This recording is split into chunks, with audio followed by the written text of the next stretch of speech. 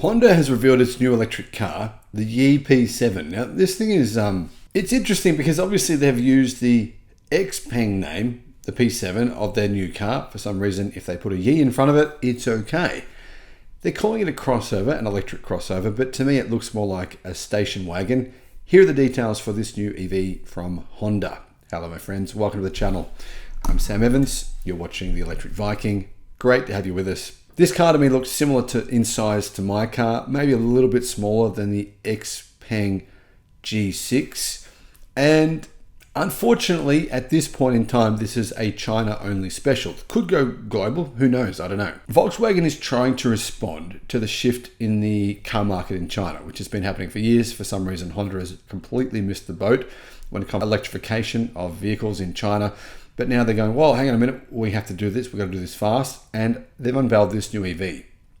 Honda plans to manufacture the YU7 in collaboration with its local joint venture partner, GAC. GAC own the Aeon brand.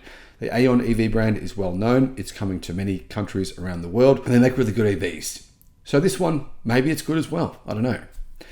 The GAC joint venture with Honda is a joint venture partnership where GAC own 50% of the brand, and Honda own 50%. But the truth is the cars really are manufactured by GAC. The vehicle is actually a similar size to the Xpeng G6 and the Tesla Model Y. It's 4,750 millimeters long. It's 187 inches long. It's 1,930 millimeters wide. That's 75.9 inches wide. It has a pretty long wheelbase though, which would probably give it a pretty good interior space. It's 2,930 millimeter long wheelbase, which is 115.3 inches.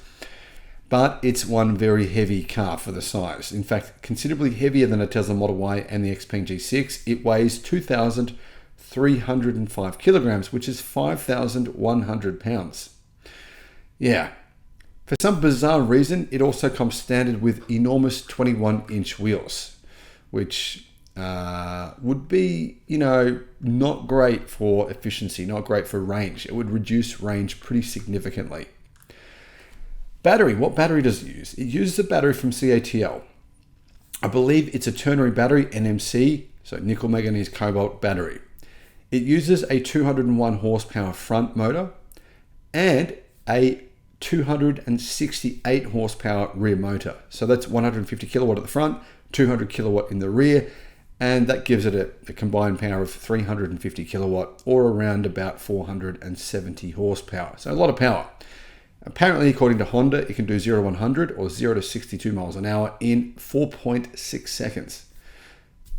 This thing would destroy a Honda Civic Type R in a straight line, at least anyway. And obviously, this is a family car.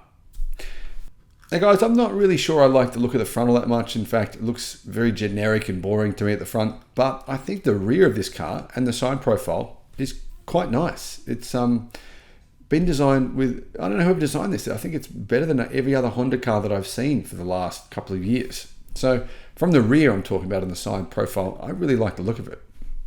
Now one of the things I noticed is it doesn't have side mirrors.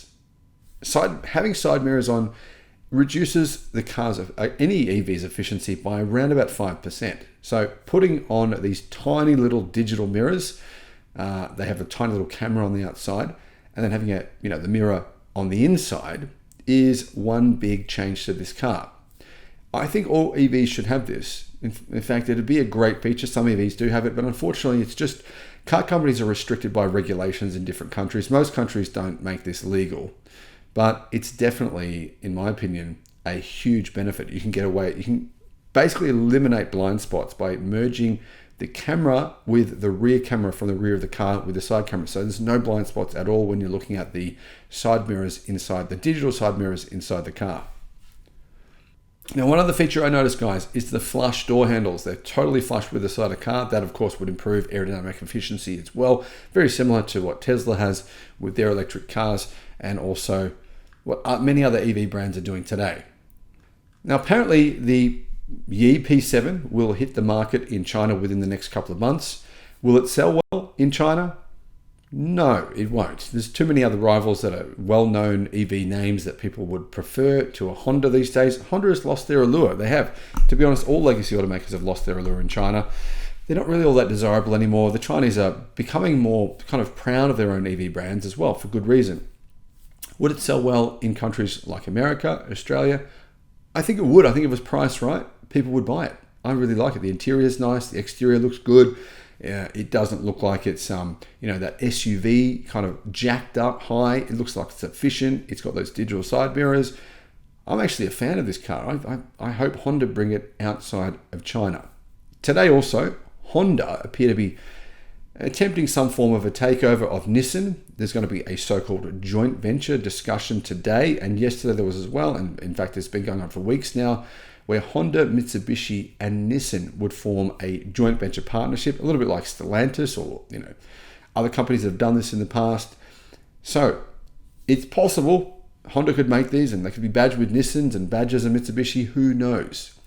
But really, this is coming at a very, very interesting time because none of those three automakers, Mitsubishi, Honda, and Nissan, have really made big efforts to electrify. They have electric models, but not many. And the models that they do have are not particularly compelling. They're not particularly, priced all that well. So those three car companies are struggling. I mean, Nissan's made a loss for 9 straight months in a row. Would a car like this be a big positive for them? What are your thoughts? Let me know in the comments.